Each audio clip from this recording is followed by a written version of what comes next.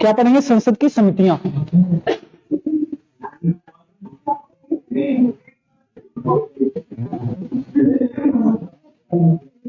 और हंसना है क्या? कह रहे हैं हाँ, पढ़ना नहीं है। संसद की समितियां, संसद में दो तरह की समितियां होती हैं। एक तो होती है स्थायी समितियां और दूसरी होती है अस्थायी समितियां।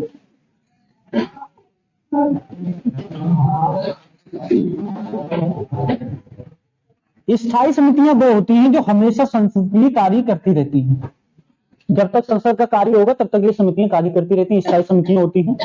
कार्यकाल समितियों का इनका अलग अलग होता है। जैसे आपको इसमें मिल जाएगी प्राक्कलन समिति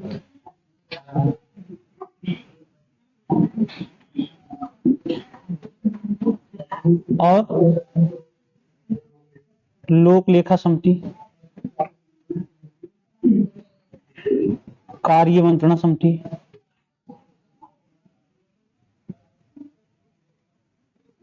ठीक। तो ये जो समितियां होंगी हमेशा संसद के लिए कार्य करती रहती है। प्राक्कलन समिति, लोक लेखा समिति, कार्य मंत्रणा समिति, इस तरह की। इनमें जो सदस्य शामिल किए जाते हैं वो संसद में बैठे हुए सांसद ही होते हैं। इनके जो सदस्य होते हैं वो संसद के ही सांसद होते हैं। और लोकसभा अध्यक्ष, अब इनमें अलग अलग प्रावधान है सब में। लोकसभा अध्यक्ष क्या करता है? उन्हीं में से किसी एक को अध्यक्ष चुन देता है। कई बार ऐसा होता है विपक्ष का अध्यक्ष होता है, कई बार होता है सत्ता पक्ष का अध्यक्ष होता है। तो अध्यक्ष का इसमें प्रावधान अलग अलग होता है, ठीक। अस्थायी समितियों का गठन होता है, ये किस रूप में होता है? जांच समितियों के रूप में होता है। इनका गठन होता है जांच समितियों के रूप में, या फिर किसी परामर्श के लिए, सलाह के लिए होगा। या तो जांच समिति के रूप में होगा या परामर्श के लिए होगा या सुझाव के लिए।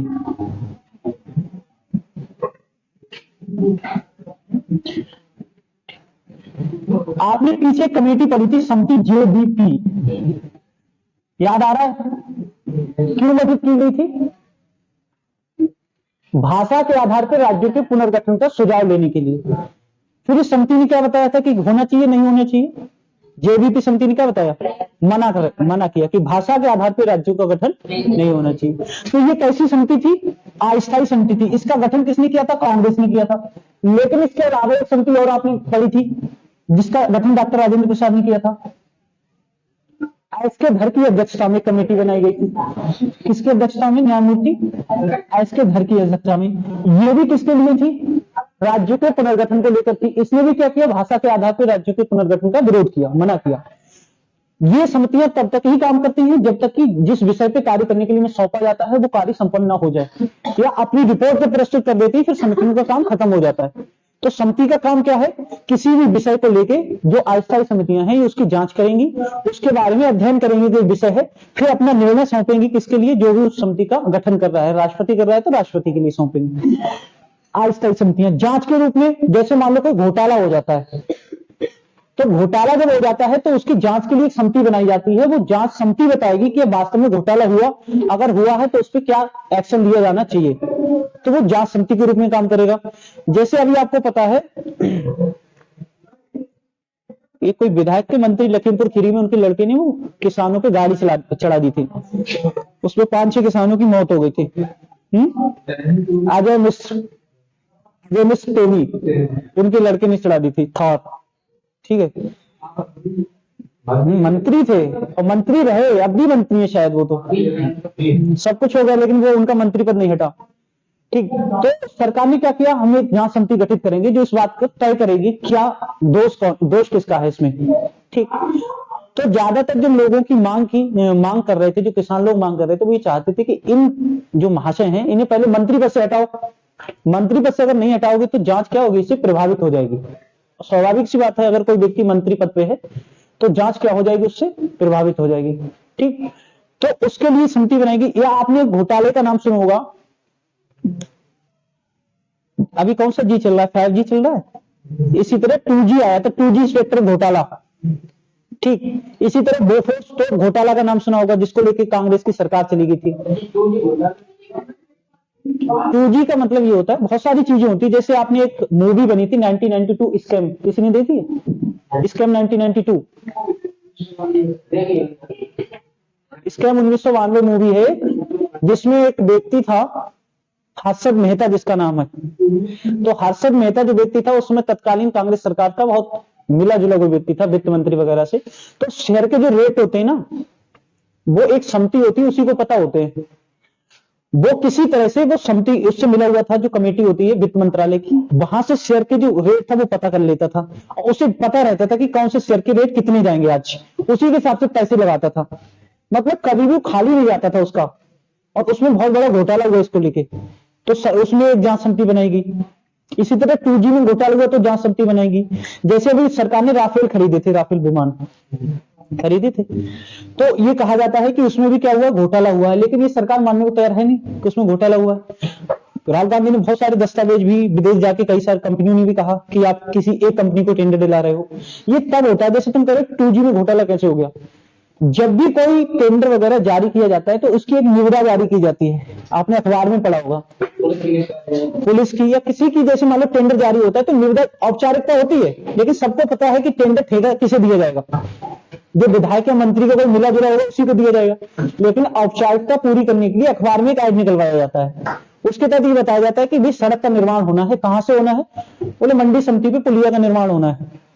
बोले ठीक है, इसके लिए निविदा। अब कार्यदायी जो संस्था होती है, जैसे तुम्हारी पुलिस का कोई टेंडर नहीं ले रहा था ना अभी, सेम इसी तरह से तो वो निकाला जाता है, उसकी एक विज्ञप्ति निकाली जाती है टेंडर के लिए। तो कुछ यूट्यूबर उसमें बता रहे थे कि पुलिस की नोटिफिकेशन आ गया, वो टेंडर के लिए था कि भर्ती के टेंडर कौन लेगा। अब टेंडर अब तो हो गया, सुना जा रहा है कि टेंडर हो गया। अब तो अगर अब टेंडर क्यों नहीं हो रहा था पुलिस का, उसका भी इसी से रिलेटेड है, क्योंकि जब भी कम से कम 2 या 3 ही कंपनी आएंगी, 2 कंपनी अगर आ रही है केवल टेंडर लेने के लिए, तो टेंडर नहीं दिया जाएगा, कम से कम 3 कंपनी होनी चाहिए। 2 आएंगी इसका मतलब सरकार से मिली जुली है। तो यही हुआ था 2G में कि जो टेंडर दिया गया था वो किसी एक कंपनी को दे दिया गया, जैसे वर्तमान में भी हो रहा है कि जहां भी कुछ होगा वो कौन लेगा, रिलायंस लेगा, एकाधिकार है रिलायंस का। यही भी पता चला है कब क्या हो गया, रिलायंस के हाथ में चली जा रही चीजें, जबकि क्या होना चाहिए, टेंडर जारी हो, सारी कंपनियों को जैसे होता है बोली लगती है, उस हिसाब से जो महंगा उस टेंडर को खरीदेगा उसे दिया जाएगा, ऐसा होता है। ठीक, लेकिन सरकार क्या कर रही है कि एक ही कंपनी को दी जा रही। तो ये जो इस तरह के घोटाले होते हैं उनके लिए जो समिति गठित की जाती है होती है अस्थायी समितियां। अस्थायी समितियों का गठन कौन करता है, संसद करती है। संसद जब ये समितियां तभी तक काम करेंगी जब तक उस विषय की जांच नहीं हो जाए या परामर्श नहीं देगी, उसके बाद ये समितियां क्या हो जाती हैं, समाप्त हो जाती है। ये समितियां जो होती हैं, स्थायी समितियां हमेशा काम करती रहती हैं। ठीक, तो 2 तरह की संसद की समितियां हैं, स्थायी समितियां और अस्थायी समितियां। स्थायी समितियां आपको हमेशा पढ़ने को मिलेंगी, संविधान में हमेशा इस तरह से रहेंगी, और अस्थायी समितियां जांच जैसी हो जाती है वैसे समाप्त होती रहती हैं। पहली इसमें समिति दी गई है कौन सी, प्राक्कलन समिति। अब प्राक्कलन जो समिति है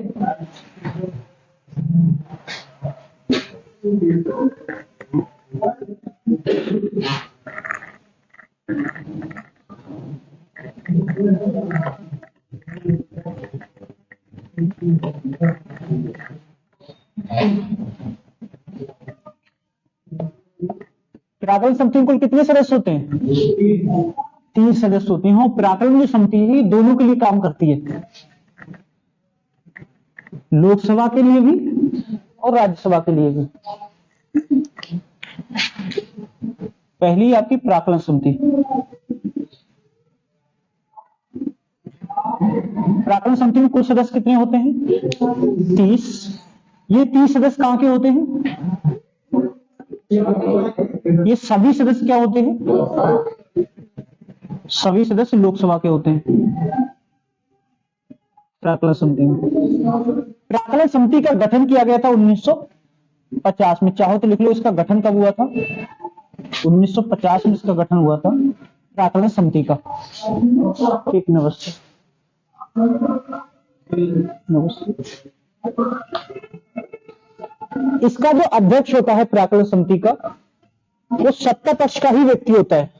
प्राक्कलन समिति का जो अध्यक्ष होता है वो सत्ता पक्ष का होता है। किसी भी सांसद को सत्ता पक्ष में से क्या बना दिया जाएगा, इसका अध्यक्ष बना दिया जाएगा। अध्यक्ष की नियुक्ति करेगा कौन, लोकसभा अध्यक्ष।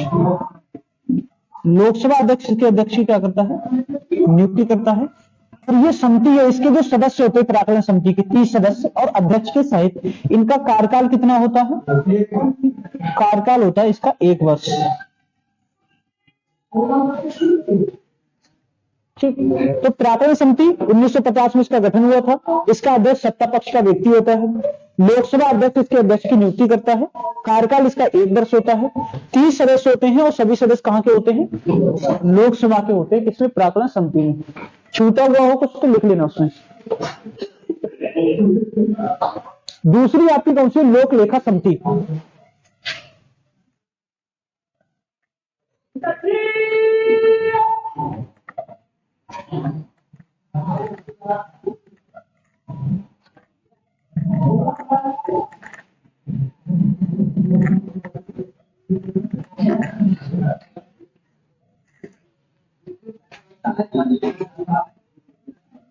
लोक लेखा समिति।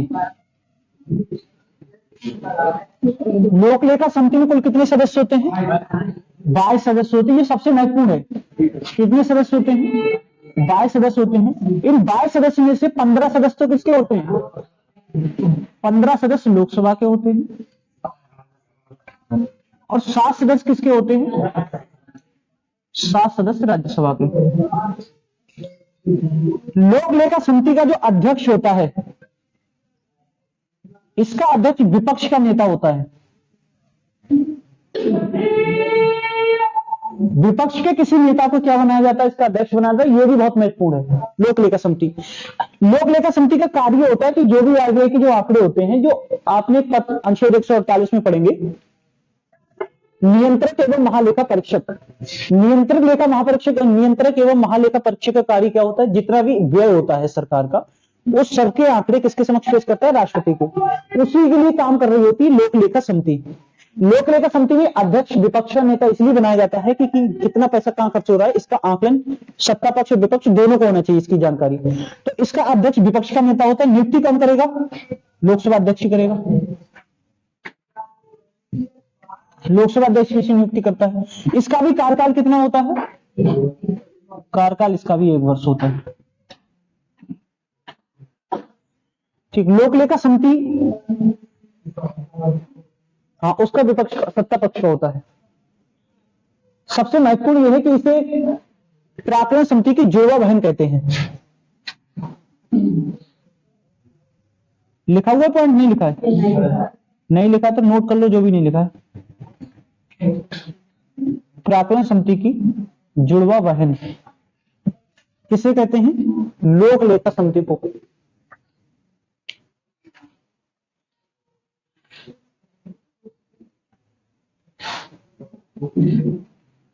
और दूसरा, ये सबसे पुरानी समिति है लोक लेखा समिति।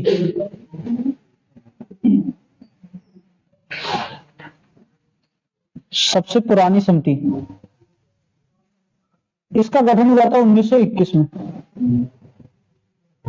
ये सबसे पुरानी समिति है। इसका गठन कब हुआ था? 1921 में हुआ था। संसदीय व्यवस्था कब प्रारंभ हुई भारत में? भारत में संसदीय व्यवस्था कब प्रारंभ हुई? 1919 के अधिनियम के तहत। तब प्रारंभ हुई थी 1919 के अधिनियम के तहत। लोकसभा राज्यसभा तो पढ़ लिया है ना, संघी 35 में।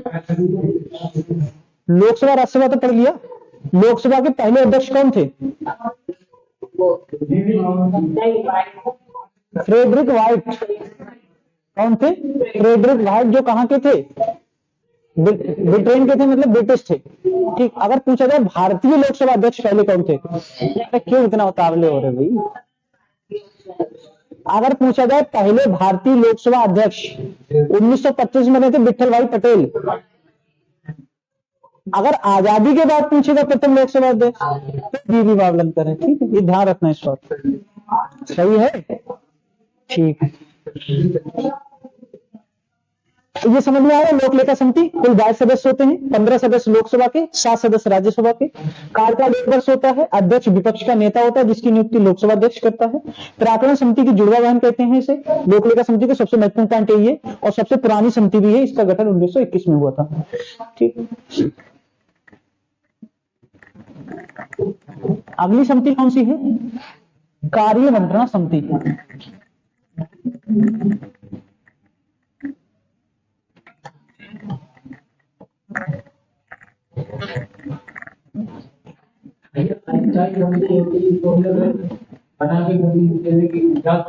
जांच होने के बाद उनका खत्म काम, रिपोर्ट प्रस्तुत करने के बाद खत्म हो जाता है, ये परमानेंट रहती। परमानेंट का मतलब तो स्थायी है। अगली कौन सी है? कार्य मंत्रणा समिति।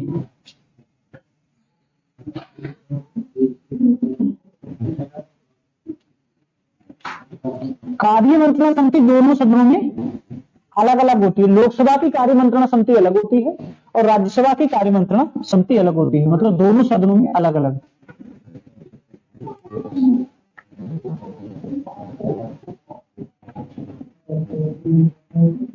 ठीक। कार्य मंत्रणा समिति का काम क्या होता है? जो कार्य होता है उसी को लेके डिस्कस करना। कार्य मंत्रणा, मंत्रणा का मतलब जानते ही हो, डिस्कस करना। लोकसभा की जो कार्य मंत्रणा समिति होती है,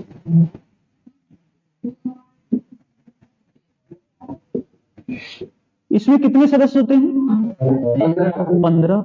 और राज्यसभा की जो कार्य मंत्रणा समिति होती है, इसमें कितने सदस्य होते हैं? 11।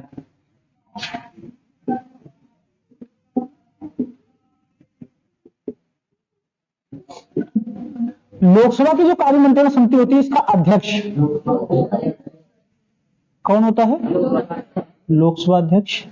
और इसका जो होता है राज्यसभा का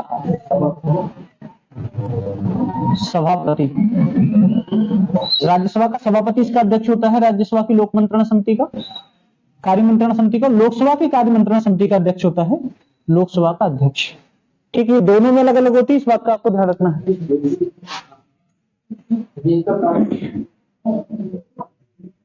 कार्यकाल इसका भी 1 वर्ष होता है। हाँ। अगली है लोक उपक्रम समिति। नहीं लिखोगे इसे लिख लेना, लोक उपक्रम समिति। लिखिए? नहीं लिखी होगी, नोट्स में लिखिए। लिखी है? नहीं याद करना है, केवल सदस्य पूछता है। लोक उपक्रम समिति। लोक उपक्रम समिति में भी क्या होता है? कुछ सदस्य होते हैं इसमें 22। ये दोनों के लिए काम करती है, लोकसभा के लिए भी और राज्यसभा के लिए। कुल 22 सदस्य होते हैं। इन 22 सदस्य में भाई सेम प्रोसेस है। लोकसभा के कितने होंगे? लोकसभा के 15 और राज्यसभा के 7। लोक उपक्रम समिति। अध्यक्ष कौन होता है? लोकसभा अध्यक्ष के द्वारा मनोनीत व्यक्ति इसका अध्यक्ष होता है और अध्यक्ष इसका सत्ता पक्ष का होता है। सत्ता पक्ष का व्यक्ति।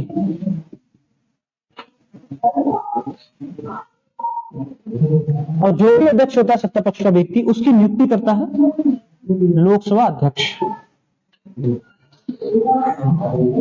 तो लोक उपक्रम समिति कुल सदस्य कितने हो जाएंगे इसमें? 22, जिसमें 15 सदस्य लोकसभा के होते हैं, 7 सदस्य राज्यसभा के होते हैं। सत्ता पक्ष का व्यक्ति इसका अध्यक्ष होता है, जिसकी नियुक्ति लोकसभा अध्यक्ष करता है। ठीक, ये आपकी क्या हो जाएंगी? संसद की कुछ स्थायी समितियां। बहुत और भी होती हैं छोटी छोटी समिति। क्या कार्यकाल 1 वर्ष होता है इसका भी।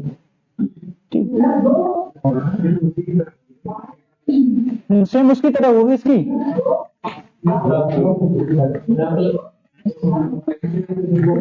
लोक लेखा समिति की तरफ। प्राक्कलन में तो केवल किसके सदस्य होते हैं?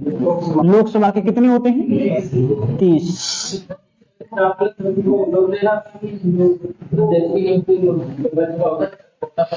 हाँ, लोकसभा अध्यक्ष करेगा। हाँ ठीक।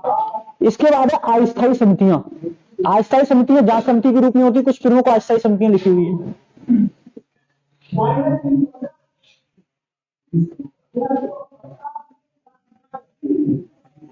अस्थायी समितियां पहली कौन सी है? बी शंकरा समिति।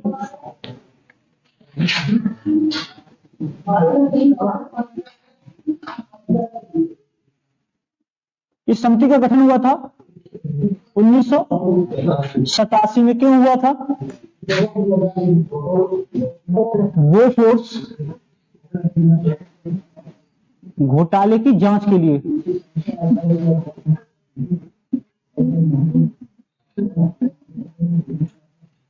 दूसरी कौन सी है? निर्धा समिति। गठन हुआ था किसके लिए हुआ था? हर्षद मेहता, यही है वो हर्षद मेहता, शेयर मार्केट के घोटाले की जांच के लिए।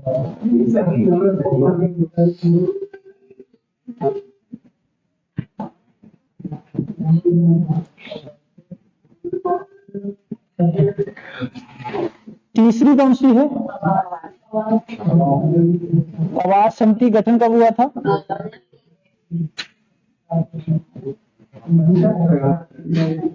किसके लिए? शीतल पेय में कीटनाशक की जांच के लिए।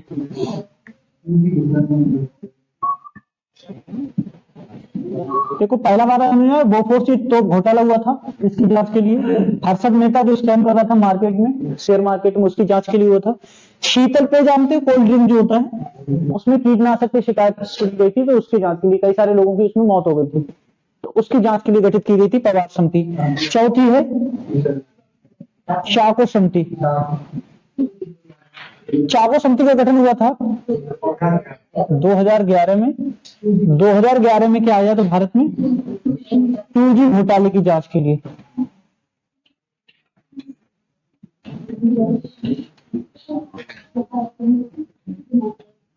ये 2G घोटाले की जांच के लिए थे। अब ये नहीं है कि जरूरी 4 ही समितियां हो, नहीं, और भी कई सारी समितियां जो गठित की गई हैं अस्थायी रूप से। ये एक उदाहरण हो गया आपका किसका? अस्थायी समिति। जब हम स्टडी जी के इसके बाद पढ़ेंगे तो बहुत सारी समितियां उसमें पढ़ेंगे, ठीक। ये आप एक प्रकार से समझ लो कि अस्थायी समितियां क्यों गठित की जाती हैं। तो कोई भी जांच के लिए या किसी सुझाव के लिए इन समितियों का गठन होता है। जब वो काम पूरा हो जाता है, समितियां क्या हो जाती है? अपने आप भंग हो जाती हैं, ठीक। नमस्कार। वो ऐसा कोई उसके लिए कोई वो नहीं हो, योग्यता नहीं है, इनके सदस्यों के लिए कोई योग्यता नहीं है। उसमें मुख्य न्यायाधीश हो सकता है रिटायर्ड, कोई बहुत वकील वगैरह है वो हो सकता है, वो उसी क्षेत्र का एक्सपर्ट व्यक्ति कोई हो सकता है। जैसे मान लो वो अब हर्षद मेहता शेयर मार्केट, तो शेयर मार्केट के मामले में जो व्यक्ति को जानकारी होगी, जो उस समय सरकार में होगा, उन व्यक्तियों को शामिल किया जाएगा। हाँ, समझदार होना चाहिए तुम्हारी तरह। तुम तो इतने समझदार हो कि अगली बार भर्ती में ना तो एज रहेगी पढ़ने के लिए ना पेज।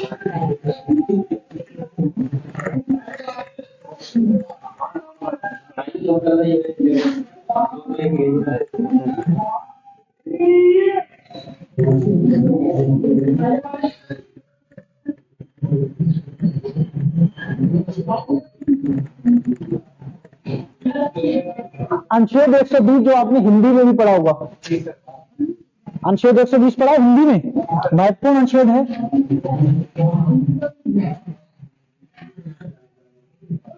इसमें क्या कह रहा है? संसद में प्रयुक्त की जाने वाली भाषाएं।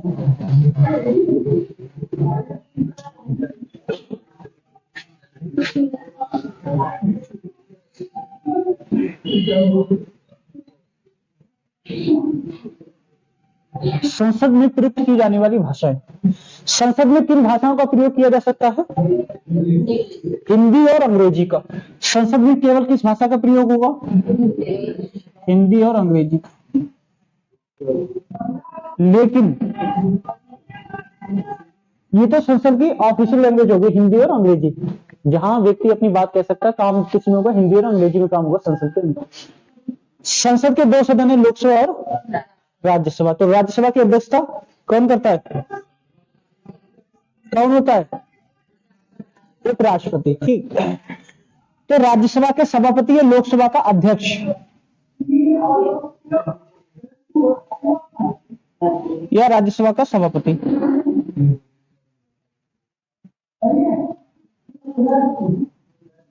इन दोनों से अनुमति लेके कोई भी सदस्य, अगर वो लोकसभा में है तो लोकसभा में, राज्यसभा में है तो राज्यसभा में, अन्य भाषाओं का प्रयोग कर सकता है।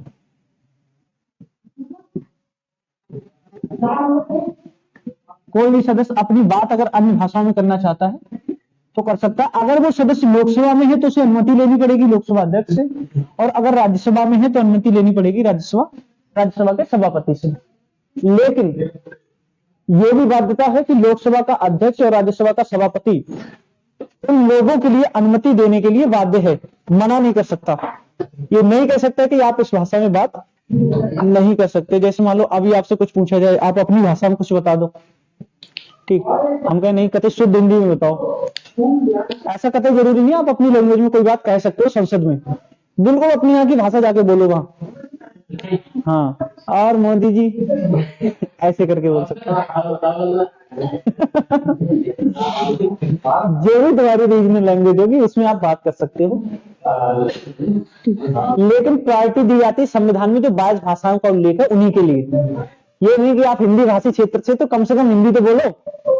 अब पता चलो तुम अपने यहाँ की हिंदी बोल रहे हो, शाहजहांपुर साइड इधर चले जाओ, हरदोई साइड में कैसे बोलते हैं?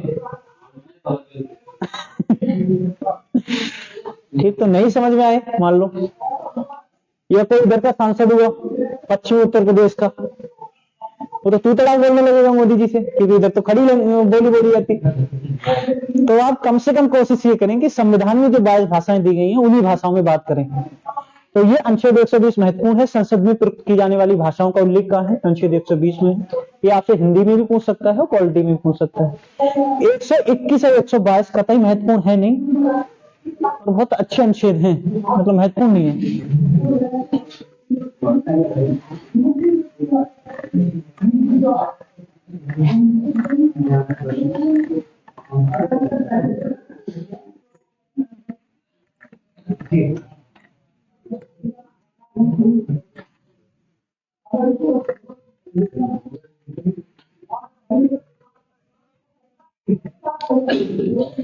अनुच्छेद 121 का कह रहा है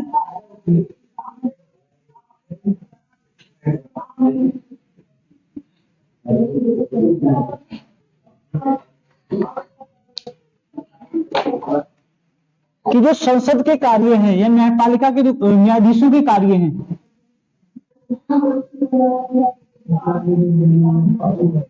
न्यायाधीशों के कार्यों पर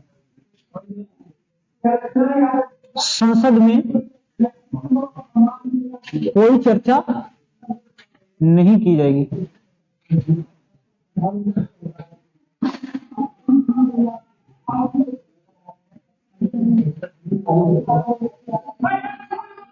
और आर्टिकल 121 122 क्या कहता है? ये कह रहा है कि न्यायालय सदन की कार्यवाहियों में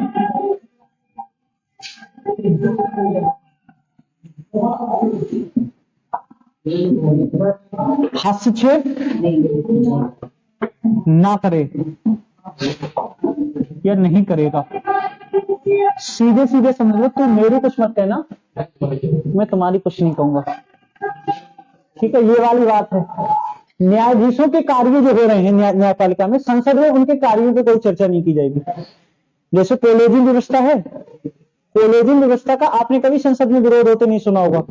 वैसे सरकार कितना भी कुछ करे, उसके हटाने का पूरे प्रयास में लगी हुई है सरकार कि कॉलेजियम व्यवस्था को समाप्त कर दिया जाए, लेकिन न्यायालय में नहीं, संसद में इस तरह के कार्य नहीं किए जाएंगे। कोई भी फैसला अगर आ रहा है सरकार के विरोध में या सरकार के पक्ष में है, तब भी संसद में उसके फैसले के बारे में कोई चर्चा नहीं की जाएगी।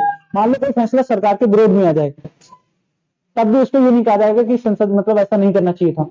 न्यायालय कैसा स्वतंत्र न्यायपालिका है, तो न्यायाधीशों की कार्रवाई पे संसद कोई बात नहीं कहेगी, और न्यायालय सदन की जो अंदर कार्रवाई हो रही है उन पे कोई बात नहीं कहेगी।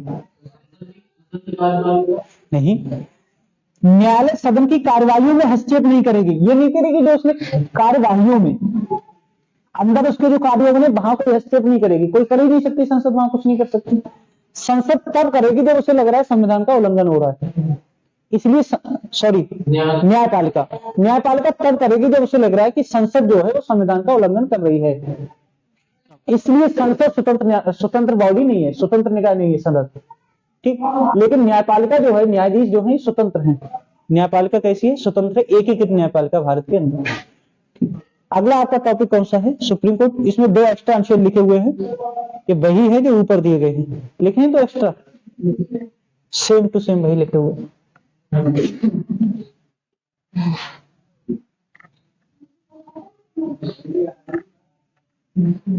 इसलिए कहते हैं कि शिक्षा हर क्षेत्र में जाने के लिए जरूरी है। आप काम क्या करना है ये महत्वपूर्ण नहीं है।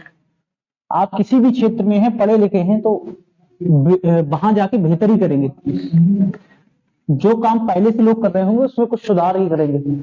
आप खेती में भी जाएंगे तो कुछ नहीं बहुत कुछ नहीं कर रहे हैं। अगर पढ़े लिखे हैं, आप खेती करने भी जा रहे हैं तो कम से कम उसका नाम तो पढ़ेंगे, थैली पे क्या नाम है, किसमें कौन सी कितनी मात्रा में क्या मिला हुआ है, इतना तो कर ही लोगे। अब जो नॉर्मल किसान है, पढ़ा लिखा नहीं है, वो क्या करेगा? वो डिपेंड रहता है पूरे दुकानदार के ऊपर, भैया वो उसमें कीड़ा लग गया है, बढ़िया सा कुछ दे देना। तुम अपने आप थोड़ा बहुत सर्च करके तो चले जाओगे, पढ़े लिखे हो तो। बहुत सेम सॉल्ट होगा तुम्हारे लिए, बस कंपनी के आधार पे वो इधर उधर कर देंगे तुम्हें, ठीक। और जो उनके पास दवा होती है वो दुनिया की सबसे बढ़िया दवा होती है। यही डॉक्टर का होता है, मेडिकल पे जाओ कि भैया ये वाली दे दो, वो कहेगा सेम सॉल्ट है, बस कंपनी अलग है, तुम्हें जबरदस्ती वही वाली देगा, ठीक। और अगर तुम पढ़े लिखे नहीं हो तो भैया सॉल्ट वाल्ट देख भी लोगे, उसका थोड़ा बहुत तो देख लोगे। ऐसे तो नॉर्मली जाओ, उसने कह दिया सेम सॉल्ट है, तुम उठा के लेके चले आओ, फिर उसे मिला के देखना, कुछ ना कुछ डिफरेंस तो जरूर होगा। कुछ नहीं तो एमजी में है, तुम लेने गए थे 500 एमजी, उसने उसी रेट में 250 एमजी दे दी और तुम एकदम से खुश होकर चले आए, 20% डिस्काउंट भी दे दिया उसने, जबकि उसे 50% का फायदा हो रहा है।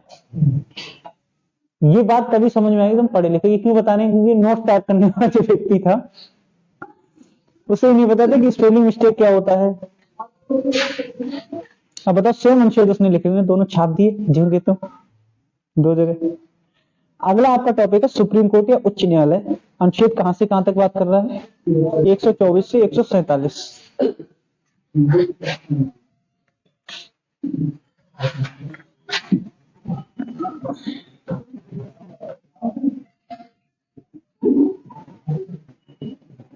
इंग्लिश में कहते हैं सुप्रीम कोर्ट और हिंदी में क्या कहेंगे इसे? उच्चतम न्यायालय। उच्चतम न्यायालय मतलब सर्वोच्च होता है, या फिर सर्वोच्च न्यायालय भी कह देते हैं, ठीक। अनुच्छेद कहां से कहां तक है? 124 से 147। सबसे पहले अनुच्छेद 124, इसमें किसकी बात कर रहा है? सुप्रीम कोर्ट के गठन की,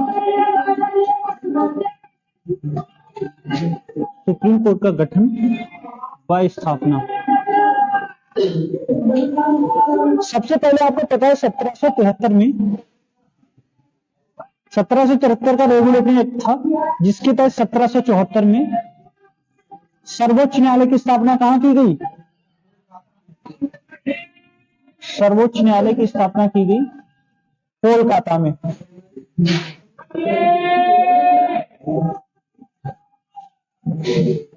इस बात को लेकर किसी को दिक्कत है? ये तो सबको पता होगा ना, नहीं पता तो आप याद कर लेना। 1773 का एक्ट था जिसका नाम क्या था? Regulating act. और इस रेगुलेटिंग एक्ट के तहत 1774 में क्या हुई? सर्वोच्च न्यायालय की स्थापना कहां? कोलकाता में। ये जो सर्वोच्च न्यायालय था, इसके प्रथम मुख्य न्यायाधीश कौन थे? Elijah Impey.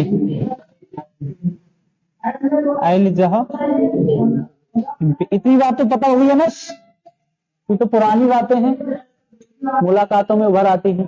क्यों? देखते ही पता चल जाता है ना, तो ऑप्शन तो लगा ही दोगे। ठीक है, अब मत जाना, फिर भाई होगा अगली बार मिलोगे ख्वाबों में। तो एलिजा इम्पे सर्वोच्च न्यायालय के मुख्य न्यायाधीश थे। इसकी पहली स्थापना कहीं कोलकाता में। फिर अगर बात करें 1935 के अधिनियम के तहत एक न्यायालय, संघीय न्यायालय की स्थापना की गई।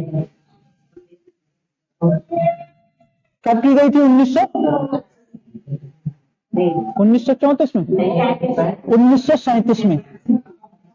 35 का अधिनियम में 34 में स्थापना करा रहे हो, ठीक। 1937 में स्थापना की गई। ये जो संघीय न्यायालय था ये कहाँ था? दिल्ली। कहाँ था? और इसके प्रथम मुख्य न्यायाधीश कौन थे? मॉरिस गोयर। कौन थे? मॉरिस गोयर। फिर इसमें 3 अन्य न्यायाधीश थे। नो नो नो, वो तो 3 उसके थे, हाइड लिमिस्टर वाले थे। इसके हाँ, एम.ए. सुल्तान और एम.आर. जयकर। 2 अन्य न्यायाधीश थे किसमें? दिल्ली के संघीय न्यायालय में। इस सर्वोच्च न्यायालय में 3 अन्य न्यायाधीश थे। वो कौन थे? लिमेस्टर,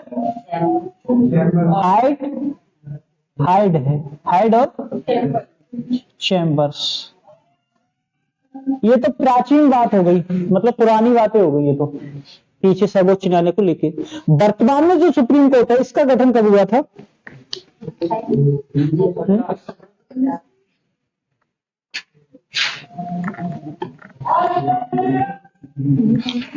कब हुआ था इसका गठन?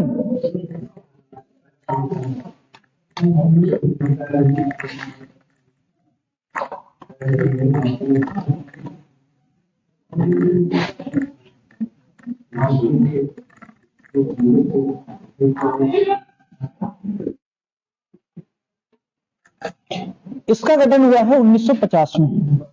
वर्तमान में जो सुप्रीम कोर्ट है इसका गठन कब हुआ? 1950 में। जब इसका गठन हुआ तो इसमें न्यायाधीशों का जो प्रावधान था 7+1। आप कभी भी ऐसे नहीं बोल सकते कि 8 न्यायाधीश है, 7+1 इसी तरह बोलना पड़ता है। ठीक, इसमें तो 7 जो थे वो क्या थे? अन्य न्यायाधीश। और 1 जो था वो कौन था? मुख्य न्यायाधीश। तो सुप्रीम कोर्ट का जो वर्तमान में इसका गठन कब हुआ? 1950 में। कहां स्थित है ये? नई दिल्ली। सुप्रीम कोर्ट कहां है? नई दिल्ली में है। 1950 में इसका गठन हुआ। उस समय जिस समय इसका गठन हुआ था उसमें इसमें कुल न्यायाधीश कितने थे? 7+1। 7 अन्य न्यायाधीश, 1 मुख्य न्यायाधीश। इनकी संख्या में बढ़ोतरी कौन कर सकता है? संसद। ऐसे नहीं, कानून बना के। संसद कानून बना के न्यायाधीशों की संख्या में परिवर्तन कर सकती है। इसके पहले जो मुख्य न्यायाधीश थे वो कौन थे? इसके प्रथम मुख्य न्यायाधीश थे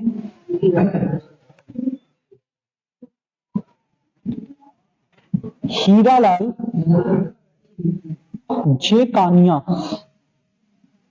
हीरालाल जी कानिया इसके प्रथम मुख्य न्यायाधीश के सुप्रीम कोर्ट के, जिसका गठन हुआ था 1950 में। कहां था? नई दिल्ली।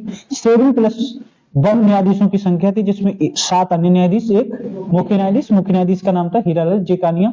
अब ये 7 आप नाम याद मत रखना, जरूरत भी नहीं, पूछेगा भी नहीं। ठीक, वर्तमान में अगर बात करें कितने न्यायाधीश हैं? तो वर्तमान में जो न्यायाधीश हैं वो है 33+1, 33 अन्य और 1 मुख्य न्यायाधीश। वर्तमान में जो मुख्य न्यायाधीश है कौन से नंबर के हैं? 50वें नंबर के हैं। कौन है? डी.वाई. चंद्रचूड़। बहुत बढ़िया इंसान है ये, एकदम से 1 नंबर व्यक्ति है। बेहतर नहीं है, उनके नाती हैं ये। हाँ ठीक। ऐसे पूछेगा भी नहीं कि किनके नाती है किनके बेटा है, बस तुम उनका नाम याद रखो, क्रम याद रखो। 50वें नंबर के वर्तमान में है डी.वाई. चंद्रचूड़। फिर क्या कर सकता है? ज्यादा से ज्यादा आपसे ये पूछ लेगा कि राम जन्मभूमि का विवाद का फैसला सुनाया था, उनका नाम क्या था? उनका नाम तो दुनिया जानती है, और नहीं जानती तो भी याद भी कर लेना, क्योंकि उद्घाटन हो रहा है राम मंदिर का, हो सकता है इसलिए महत्वपूर्ण भी हो। कौन थे? रंजन गोगोई। और रंजन गोगोई कौन से नंबर के थे?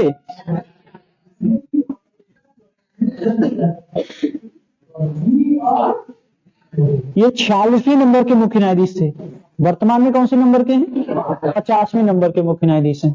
तो रंजन गोगोई ने क्या किया था? राम जन्मभूमि का फैसला सुनाया था। ठीक, अब आपसे पूछे सबसे अधिक समय तक मुख्य न्यायाधीश रहने वाला व्यक्ति कौन था? तो इन्हीं के कौन थे वो?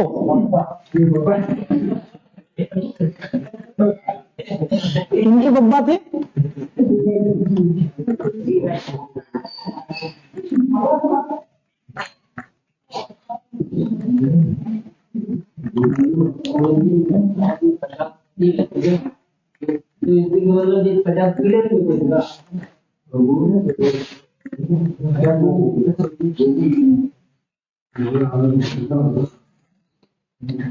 देखो न्यायाधीश का कार्यकाल कोई निश्चित होता नहीं है, तो सबसे अधिक समय तक रहने वाले व्यक्ति कौन है?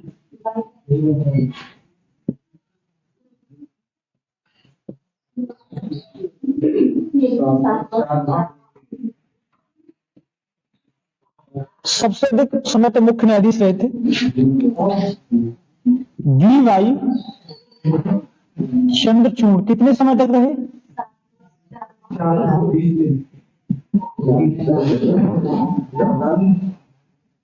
और वर्तमान में इन्हीं के नाती हैं। फिर आपसे पूछेगा ये बताओ, सुप्रीम कोर्ट में प्रथम महिला न्यायाधीश, तो सुप्रीम कोर्ट में प्रथम महिला न्यायाधीश कौन है? फातिमा बीबी। जरूरी हिमाचल से होंगी, वो तो हिमाचल प्रदेश में पहली महिला हाई कोर्ट की न्यायाधीश बनी थी। ठीक है, केरल की थी, केरल से थे शायद ये फातिमा बीबी। ठीक, पूछिएगा सुप्रीम कोर्ट में प्रथम महिला मुख्य न्यायाधीश। अभी तक कोई भी महिला सुप्रीम कोर्ट में मुख्य न्यायाधीश नहीं बनी, जबकि 50 बन गए और आप समानता की बात कर रहे हो लड़कियों। देख रहे हो, ऐसा भी नहीं है, लेकिन आप ये तो देखो समानता कहाँ है। लेकिन एक बात सत्य और है, जिसमें लड़कियां 50% के रेशियो में हो जाए किसी क्षेत्र में, किसी भी क्षेत्र में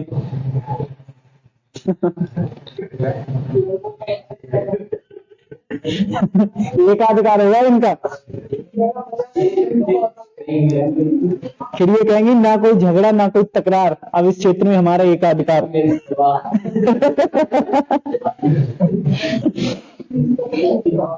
ठीक है, अभी तक सुप्रीम कोर्ट में कोई भी महिला मुख्य न्यायाधीश नहीं बनी है। पहली प्रथम महिला न्यायाधीश की बात करें तो फातिमा बीबी। ध्यान रखना, क्वेश्चन चाहे तो अगले में क्वेश्चन आएगा, हमें लग रहा है ऐसा कुछ, अंतरात्मा कह रही है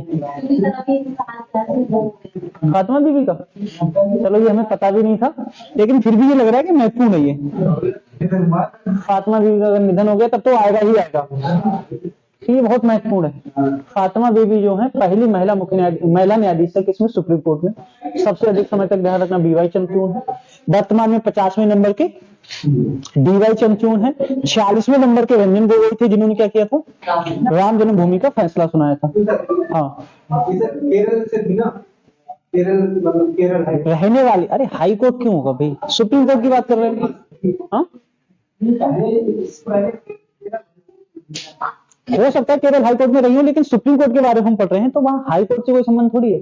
हाँ, हो सकता है हाई कोर्ट में तो रही होंगी, वरना मुख्य न्यायाधीश कैसे बन जाती? सुप्रीम कोर्ट में भी न्यायाधीश कैसे बन जाएगा व्यक्ति? अब योग्यता क्या है, ये 124 में ही दिया गया है योग्यताओं के बारे में। 124 का सब आर्टिकल है, 124(3), जिसमें क्या है न्यायाधीशों की योग्यता है। अगर नहीं लिखा हो तो लिख लेना, सब आर्टिकल लिखा नहीं लिखा तो लिख लो। क्या लिखा है हेडिंग पर, क्या पढ़िए? सुप्रीम कोर्ट न्यायाधीशों की योग्यताएं। वहां आर्टिकल 124 का 3rd लिख लो, तीसरा सब आर्टिकल है।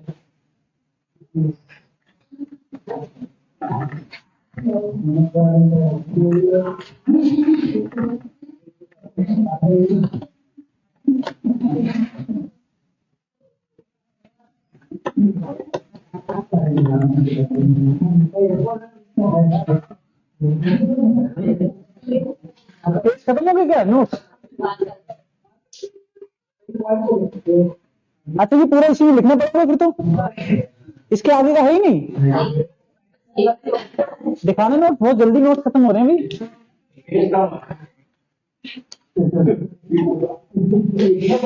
ये है सब, ये लिखने की जरूरत नहीं थी, अगले पेज पे था, हमें लग रहा था आपके नोट्स में है। चलो फिर अब कल करना, यहीं तक रखो, कल जब आपको नोट्स मिल जाए। रुक जाओ, बहुत जल्दी में। क्या